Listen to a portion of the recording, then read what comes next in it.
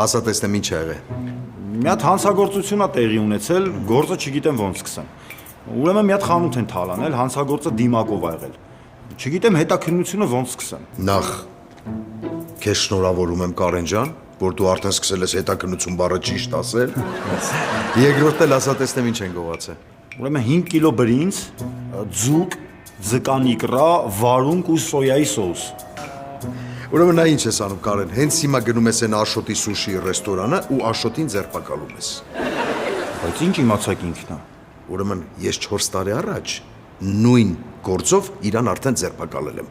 Ինքը այն ժամանակ ռուսական ռեստորան ուներ ու կարտոշկա, բազուկ, գազար էր գողացել, որ բորշ սարքեր։